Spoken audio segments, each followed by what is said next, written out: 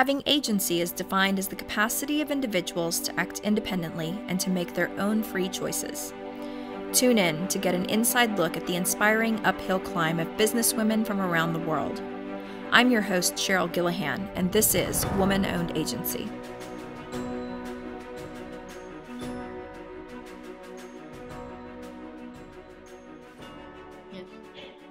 Today I have Taylor Shanklin with me. She is the owner of Barlele, and she's got several initiatives going on.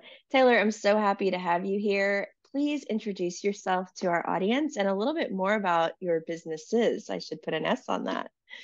Yeah, sure. Hey, Cheryl, it's good to be here. Good to see you. Fellow Fort Worthian, I guess I can say. I know I don't live there anymore, but I lived there for a long time. And so it's good to talk to someone from Texas today. I am Taylor Shanklin. My friends call me T Shank. Feel free to use that if you want. You don't have to. It's up to you. I started Barlele, which is my branding and marketing strategy agency in, 2020. I went full time into it in 2021. And we've grown pretty fast and more than I expected. And since then, the businesses aspect of it is we just launched this past September a whole new product, or I guess you would call it a services line called Creative Shizzle. And it's another way to offer really strong graphic design and marketing material services to nonprofits and small businesses who are trying to do a lot with little resources. So we kind of offer two different ways to get good branding done for you at various price points, and for different audiences who need different things. So I live in Boone in the mountains in North Carolina. I am a Texas girl at heart. I grew up in Austin, Texas, and I moved to the mountains in 2019 and just realized I'm a mountain girl and never knew it. And I'm here now in the snow with the cold weather. It's been an adjustment. I love it. And I didn't know that connection that we had. First of all, love having another Texan on here. Yeah. But I actually grew up in North Carolina. So it's almost like we just switched places. We swapped. I added one more to the population. You added one there. It's an even swap.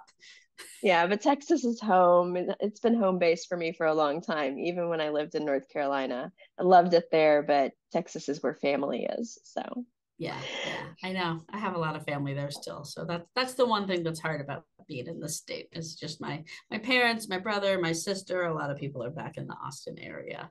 So maybe one day I'll come back. You never know. maybe. Well, I love both of your brand names, Thank you. Creative Shizzle. Shizzle. It's Yeah. hard to say, but it's an awesome name. Creative Shizzle. And Barlele. I love Barlele. So tell me a little Yeah. bit more about that brand name and what it means and how that translates kind of into the values of your company and how you deliver your work. Yeah. I first off, thanks. I'm glad that you like the names. It was fun to come up with those names. Barlele is a combination of two words in other languages that mean only soaring when put together. And the reason why I chose that, only soaring, has a lot of meaning for me. That phrase, only soaring. One is having gone through life's challenges, health challenges. I have an autoimmune disease that I was diagnosed with about 4 or 5 years ago and really struggled with that initially. Now I'm good and I'm like, it's cool. We're going to take off. You just keep moving forward. But there were a lot of things from that set me back for a while and made me really think about, what am I doing here? And if I've only got this limited time, what am I going to do with it? And I thought, I just want to do things that are going to help me lift off and find joy, find happiness, surround myself with other people who are joyful and happy and bring more joy and happiness to them. And so the idea of only soaring is something that I kind of a mantra that I live by every day. And then my love language is branding and helping our clients lift off with their brand and soar with their brand and fly higher and do better and reach their goals with their brand is what we call at Barlele brand liftoff. That's what we help them do. And so I came up with that name. This is kind of a funny story, a spreadsheet that paired different combinations of words together.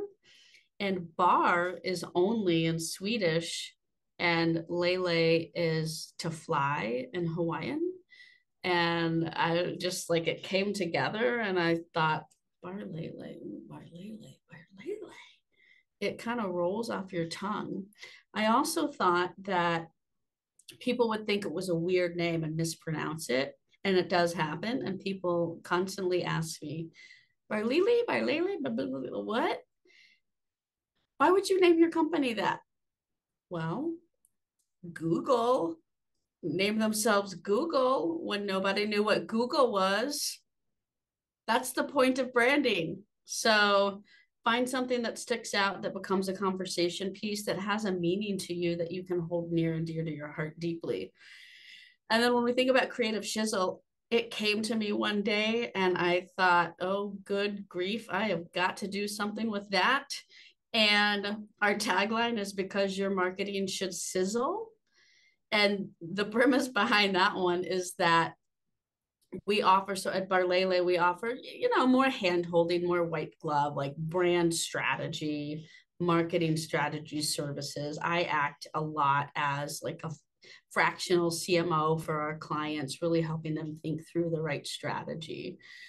But I knew that not everybody can hire an agency like that. And I have a lot of experience working with nonprofits and small businesses, and serving the social impact sector is a huge passion of mine.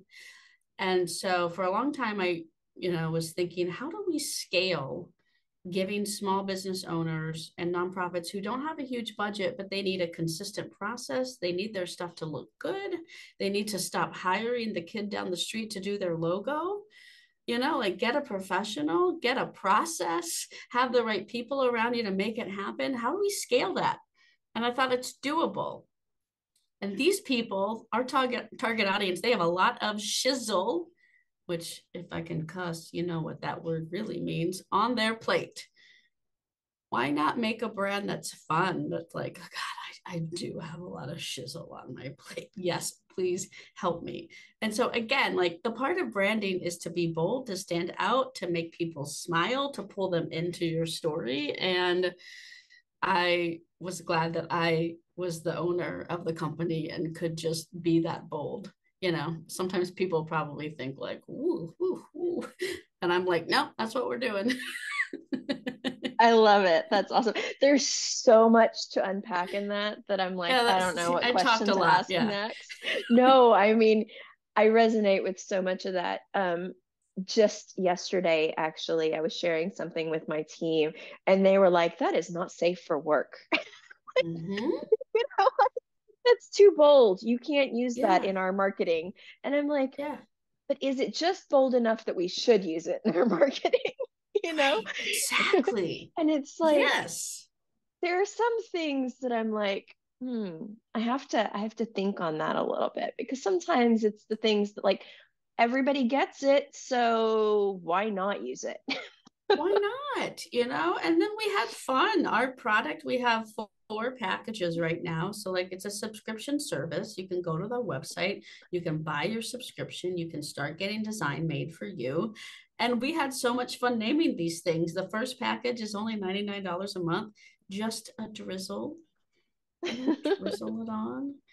And then the next one is something like a little more sizzle, and then grow your bizzle.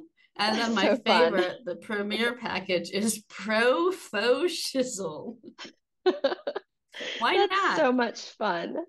We're not Yeah, and calling it's anyone a bad name. We're just no, being fun, yeah, exactly.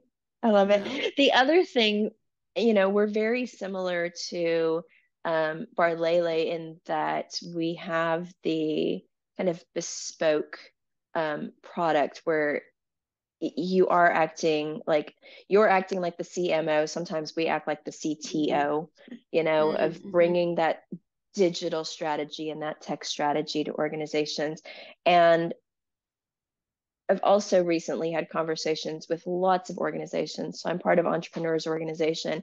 And some of the conversation we've been having, particularly since the pandemic, and also because of, a pending recession potentially, and all Mm-hmm. of these things, is that businesses are evaluating how do you take something bespoke and go into more of this volume based business. Mm-hmm. Um, and I was just sharing with somebody this morning, in fact, that it's really hard for me as the owner to shift my mindset.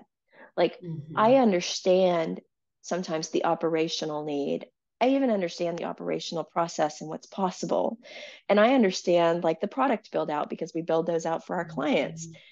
What I Mm-hmm. can't wrap my brain around is how do I change my mindset to Mm-hmm. start talking about the new thing? So when you said you had multiple Mm-hmm. businesses, I was like, how do you create the separation? How do you talk about both when you don't know who the person is that you're talking to and which one is right for them? Mm, that's such a good question. And it is a challenge. I'm going to be honest. It is something where there have been moments and days where I'm thinking, why did I make two brands? Now I'm the person that's being confusing. Just like sometimes when I'm talking to my clients and I'm like, let's simplify. But then I think about it this way, it is two different audiences. A lot of times if you're getting on the phone with someone, this is how I have to feel it out by just asking them a bunch of questions first. So before I go in and I say, this is what we do, this is what we do, this is what you need, I don't do that. I just sit back and I ask them as many questions as possible to really understand what they need. Then I can quickly shift gears and say, got it. You're going to be in this pathway or you're going to be in this pathway. And sometimes, Cheryl, we even sell clients both pathways. We actually have two or three clients now that have bespoke agency services and use Creative Shizzle as well because they have determined that they're like, there's a lot for my small business that I know I just need your team to go make this look good. And I'm going to tell them exactly what I need and I'll give them that direction. And that'll save me a little bit of money of having to like be on the phone with you all the time about everything. And then there's this strategy piece that no, I want you checking in on this for me and I want to have time on the phone with you and that sort of a thing. So there are some clients where it's a very clear delineation where they're like, please hold our hand all the time. There's some clients that are like, hold our hand over here, and then I've got this over here. And then there are other people that I can just tell right off the bat, they're like, what their budget is usually by asking questions and then say and just understanding like the size of their team, um, trying to understand if they're a nonprofit, their annual contributions, or if they're a small business revenue, stuff like that, just trying to get at questions that help you pull a little bit out of where are you, and then I can usually tell, okay, you're going to be over here in this thing. And I'll be pretty honest too sometimes. I'm like, well, we have an agency. We can do more custom white glove services for you where we hold your hand a lot. But if that's not in your budget, it's okay. I've got something else for you. And it's still going to be great. And it's going to work for you and still get you to the next step. Um, maybe it's a little bit of like, it's a lot of asking questions at the beginning, really trying to understand them. And then it's also about transparency and like letting them know about two sides of my business and that I very intentionally built this other one because I wanted it to be able to offer this marketplace a good solution on a volume basis. And one of the reasons why I wanted to do that was for the audience, because I felt like there was a gap in the market that a lot of people don't get good design work because they're like, I can't afford it. Or they go, like you said, you and I have dealt with this, I'm sure, a lot. Like, well, there's a kid down the street who says he'll do it for free. And then you get this thing and it's like clip art.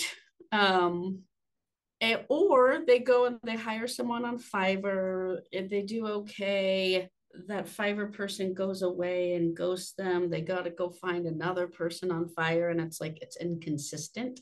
And so I thought, what if we give people something that they know exactly what it's going to cost them? It's a really consistent process with like the same design team, and just really transparent. Yeah. And then they get to, my agency and they're doing a website and they're like, oh, you need a transparent logo? I don't know how to find the Right. person that designed this. And, it's Yeah. too small, it's blurry, all kinds And of then y'all reasons. have to like kind of redo it anyways. Yeah, exactly. Yeah, exactly. Yeah. Well, so you started the company in 2020. Yeah. What was the journey getting to that? Have you always thought, even growing up, like you were going to start a business one day? I don't know that I always thought it growing up. I think I've always had an entrepreneurial spirit and didn't quite know what that meant for a long time. And then started understanding what that meant. And I don't know, I just have a fire in my belly and I can't help it. And sometimes I wish I didn't, like, can I just chill out? But I just do. And it is what it is. And that's who I am. So I think honestly, like as a kid, I kind of look back and laugh at sometimes how and it relates to a lot of the work that I've done in my career now in the nonprofit sector.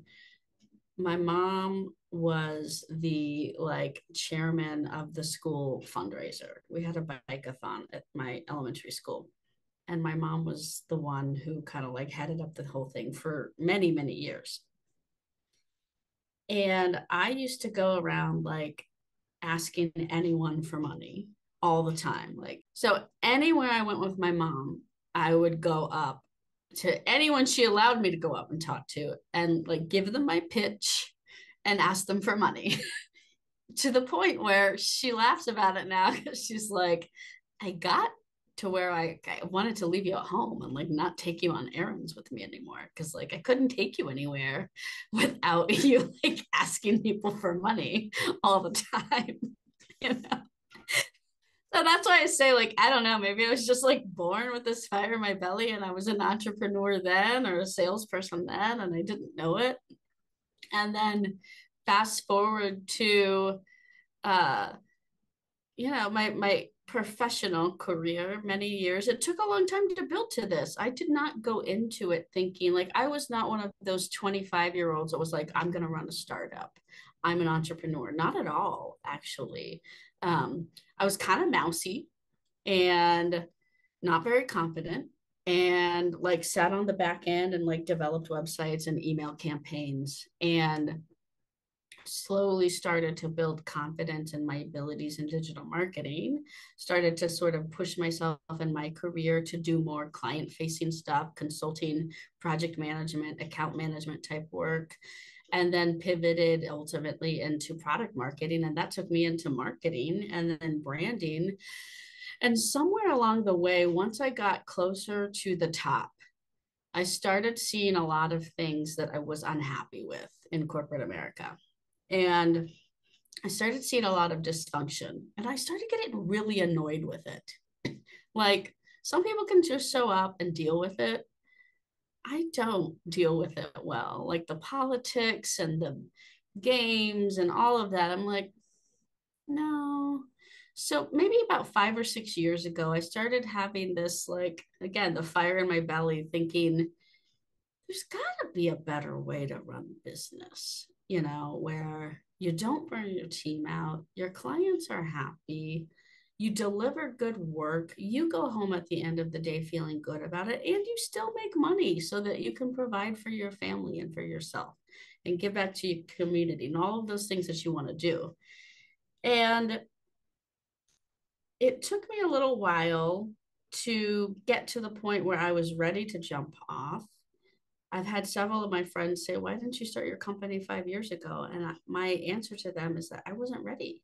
I needed to learn more. I needed to be closer to the top for longer, to learn from other leaders, to learn how to lead, to learn what not to do, not just what to do, but what not to do, to learn how the whole business works, right? From sales to operations to client success to product. I really needed to be able to like sit close enough at the top to all of those leaders to be able to say, oh, I can do this. And so then in 2020, I started thinking a lot more. It was the pandemic. Really, I know that it, for a lot of people, that just shook you. So I've had this autoimmune disease I had been diagnosed with in like 2019, and then COVID. And then I have my autoimmune disease. It's a rare arthritic condition, kind of like rheumatoid arthritis, where sometimes my body just hates me and it just goes into an inflammation attack. And I had this really, really bad inflammation attack right after COVID. Like COVID was here, and now like I can barely walk. And it lasted, it was a really bad flare up that lasted for about 3 months. And it was after that that I just had this sudden urge that was like, I'm burnt out. I'm tired of the politicking. I don't know how long I'm going to live, quite frankly, given the state of the world. Might as well jump. And so by April of 21, I left my full-time job. I was the head of growth at another agency and just said, I'm going to go do my own thing. I'm going to hang up my shingle. I didn't have much of a plan. I didn't have a revenue goal. I didn't have all of these things that people think you should have when you quit your job. But I had a website that I'd built, and I had a really good logo, and I had a cool name. And I'd been working for a really long time on building very strong and deep relationships and building a reputation for being someone who shows up, says what they're going to do, does it, and has fun, I think, doing it. And so I've rambled a lot. I don't know if that answered your question, but that's a little bit of the journey. I ended up kind of maybe always having it in my DNA and then taking a while to get there to land. That's awesome. You mentioned actually all the things you had to learn to feel like you were prepared for this. Um, Mm-hmm. I feel like I learned those things too, but I don't know that I knew that I needed to learn those things before I was Mm, ready because I didn't even feel ready when I started, like bought the company. yeah. Some days I still don't feel like I'm ready, right? Oh, There's yeah, just we all things that do. are thrown at me that I'm like, oh, what is this? Uh-huh. um, and I was telling you before we got on the recording that I was stalking your Instagram a little bit and you had somebody on there, Sean Olds, and it's just Yeah. this little clip and it's like, watch this before you start a business. And you listed some of those things like learn a little bit about finance, learn a little bit about Mm-hmm. legal, learn a little bit about marketing. Like the business and having a business is like initially we wear all the hats and we're all Mm-hmm. the things because we haven't necessarily hired a team yet. We may not Yeah. have revenue coming in yet. But the one thing that you said that really, I think, has made the difference for me, for my brand, probably for your brand too, is that network. Those Mm-hmm. relationships are so valuable. There's like something to just being your authentic self and being able to prove that you can show up and that you can do the work. Mm-hmm. It makes all the difference in the world. Mm-hmm. Yeah, It really absolutely. does. It's huge because I had I had some mentors that told me get your first client or two before you quit. Nope, didn't do that. Um, just quit. And then was like, hey, I hung up my shingle. Here's my website. Here's what I can do. And I think it's because I had been building relationships for a long time that, and I think a lot of those relationships, they just like saw the fire in me and they knew I was eventually going to do something. And then when I did, they were like, cool, I need you. And so sales started coming pretty quickly to me via word of mouth. And I just feel like it a little bit feels lucky, but it also feels like, well, I just showed up and built relationships for a long time, and it pays off, you know. It's the Yeah. biggest thing, really. Like, be kind to people, lead with kindness. That is like one of the biggest things I have learned for myself, and both in, like, I think what works as a leader, leading a team, as a leader, leading your clients in a certain direction. And as someone who felt like for a long time, I ran into so many leaders in corporate America who did not lead with kindness, and they burn you out and they don't actually help the company get to where the company really needs to go.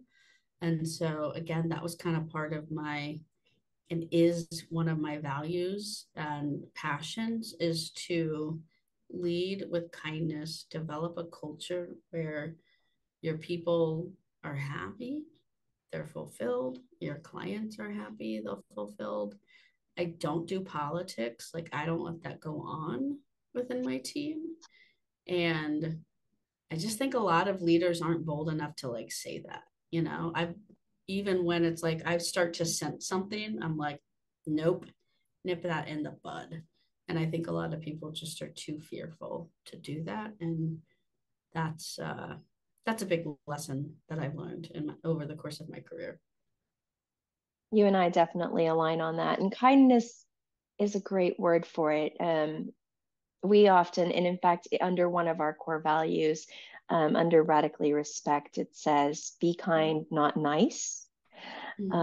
Because we align on the fact that we work with purpose-driven organizations too. And working in this space, my heart melts all the time. So I'm very nice. I'm nice all the time.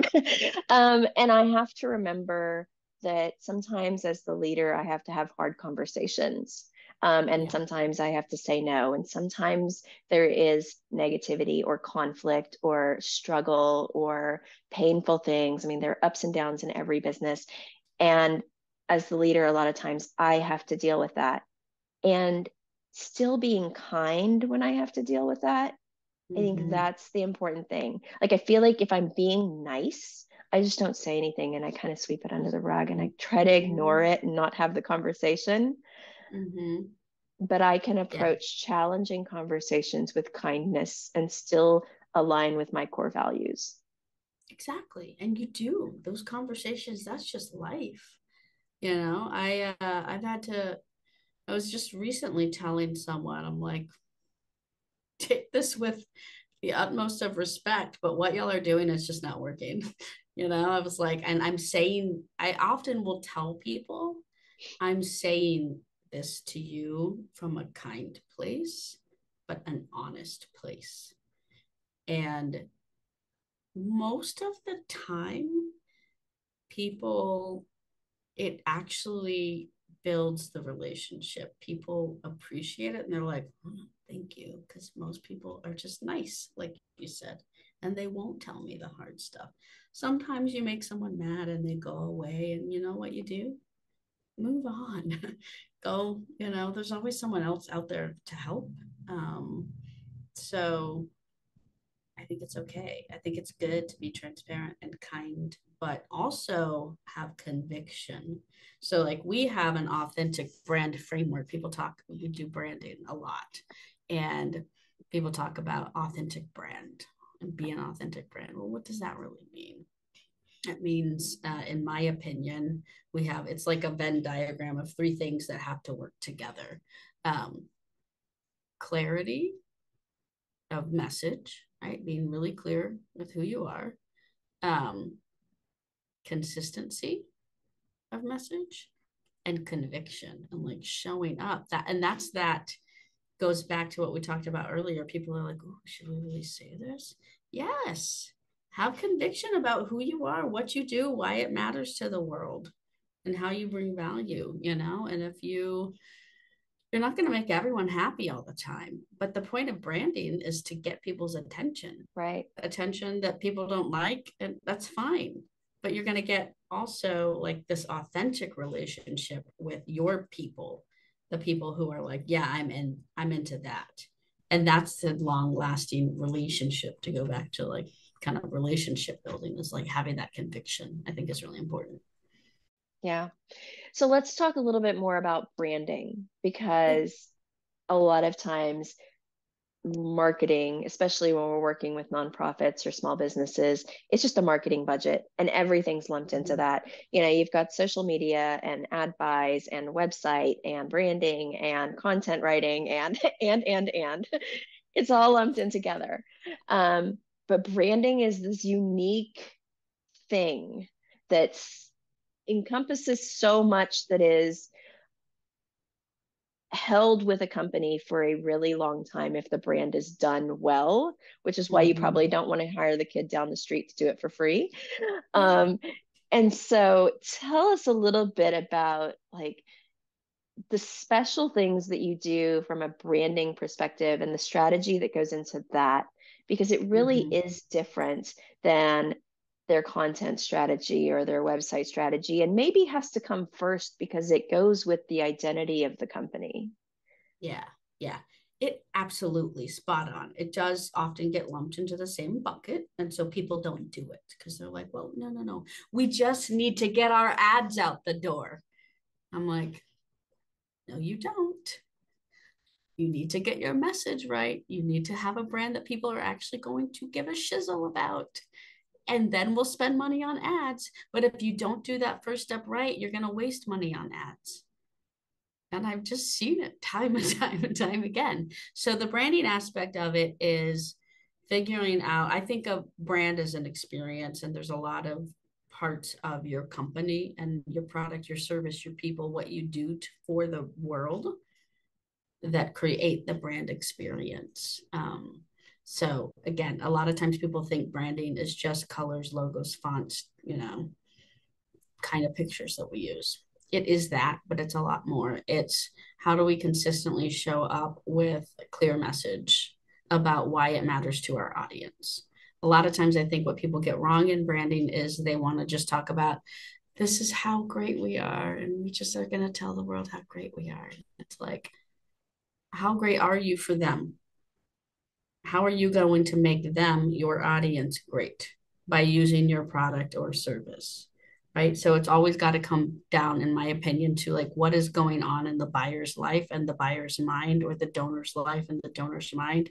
And how are you with your brand connecting to them? I mean, people talk about Apple all the time because they do great branding. And when you think about what branding is, Apple, they just make you feel like I can't live without them. They bring so much value. I'm the cool person. I got these cool earbuds on now. I got it integrated with my watch. My life is easy with Apple, right? My life is cool with Apple. It's about how I'm better with Apple. And so that's the kind of stuff that I think branding helps people answer. How is your audience's life better with your product or service or mission? And how do we communicate that in a way that meets them on their terms, both visually through the right words, the right language? A lot of times, what we do in branding exercises and strategy, we go through these deep, long discovery conversations where we ask a lot of questions, some that our clients are going to expect us to ask, and some that are like way off the wall. And they're like, why do you want to know that? Like we'll catch them off guard. I'm like, if your brand was a song, what song would you be? Oh, I don't know. And so like you go at this deep level. I'm like, well, what do you mean? Think about a song, the kind of vibe that you want people to have is the same kind of vibe as this song, as an example. So it helps people kind of get out of the box. A lot of times one of the fun things in branding is that people come in and again, it's that conversation of like, no, I just need leads right now. I just got to turn on ads. And I'm like, you got to take a step back, because what you're doing right now, I don't think is going to sell to anyone. And so many times, this goes back to that conversation, that hard conversation, and kindness and conviction. Many times clients will come and they will say, we don't want a new logo, or we don't want this, or we don't do that. And you know what I do? Often we do it anyways. And then we put it in front of them. And probably 85% of the time, they're like, I didn't know I needed this. And now I know I need this. It's like they can't unsee it, and then they can't unsee their old stuff and realize like how really kind of like not great it is. So that's something that I think branding does, that you have to do that before you start the marketing and the sales and all of the yada yada yada yada that like keeps the conversation going with the audience. That's what all the marketing is.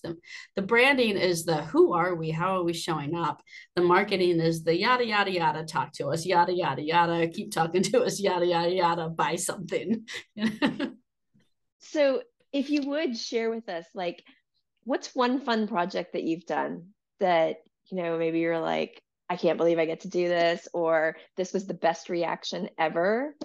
Yeah. Yeah. Well, I mean, we had a reaction like that really recently, where we did the client really just kind of wanted to launch some stuff, get into the weeds of the actual marketing. And we really just kind of did some stuff anyways and put it in front of them. And then quickly, it was amazing.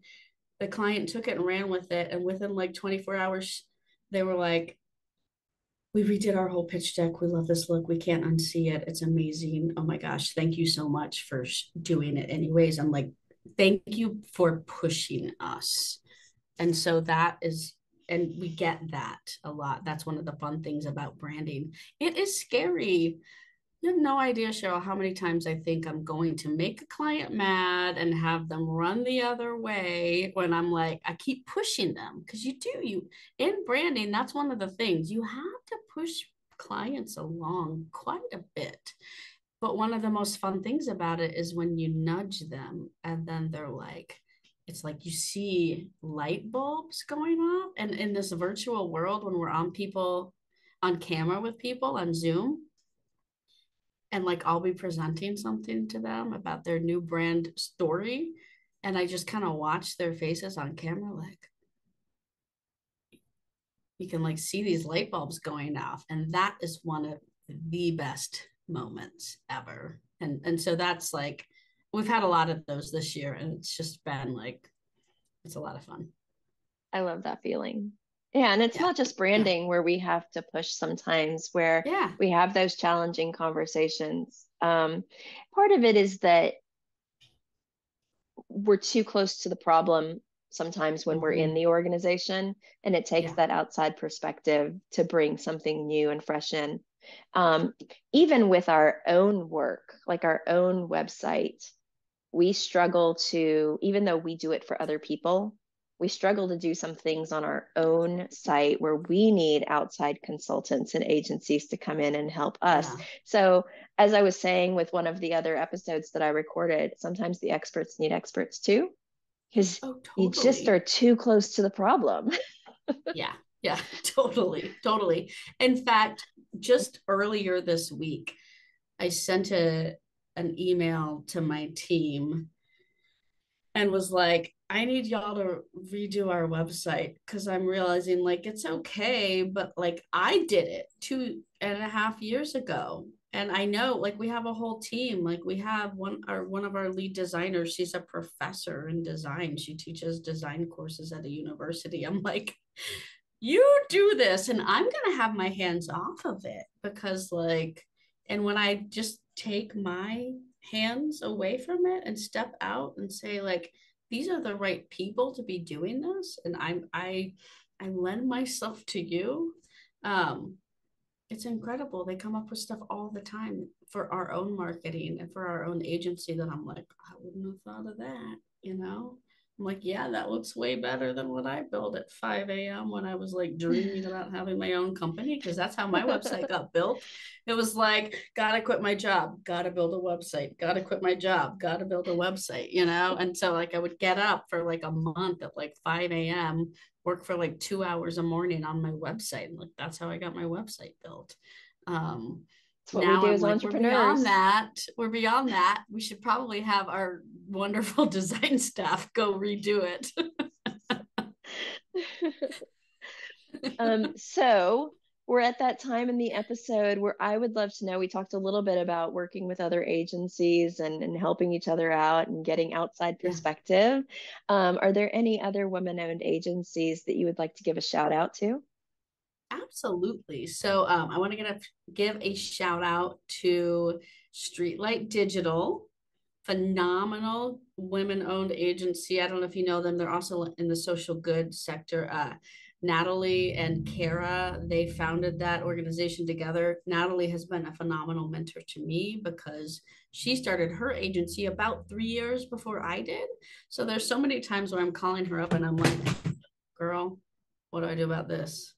How do I do this thing in accounting? What do you know? And she's just amazing, and they do phenomenal work. And then there's another person I want to give a shout out to, Sabine Gedeon.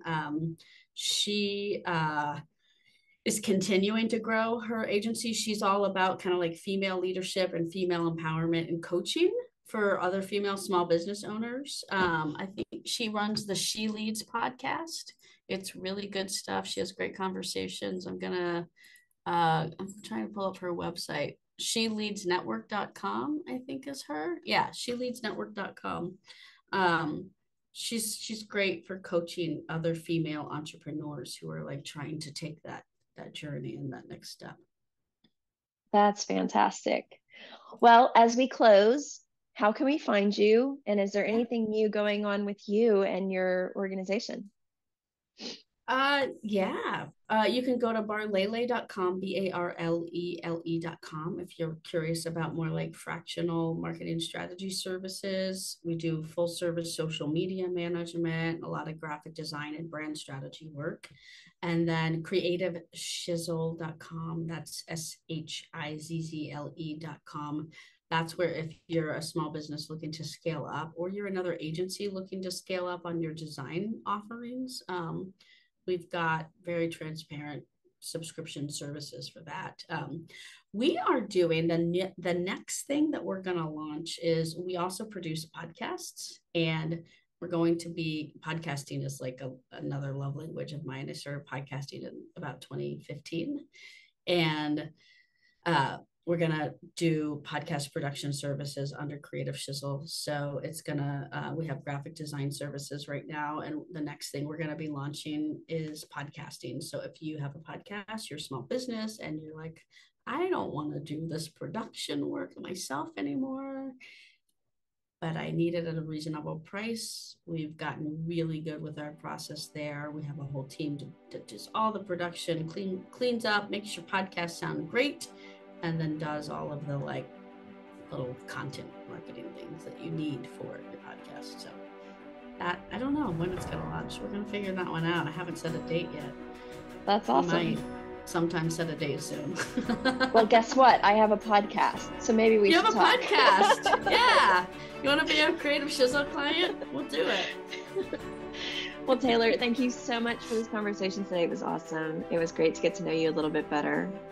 Yeah, thanks for having us. Oh, we're on Instagram. If you're a grammar, Creative Shizzle, we do the most fun stuff there. And you can find me, Taylor Shanklin, on Instagram and on LinkedIn. So thank you, Cheryl. It's been really a pleasure to talk to you and meet another Texan. And seriously, I love that Fort Worth. You've got the Fort Worth Museum right behind you. And I told you, I took my kids there all the time when they were babies, and we lived there. And, I love that place. Yeah, they're a great client. We love working with them. So. Yeah, super cool. All right. Well, thank you, Taylor. Have a great day. Thank you.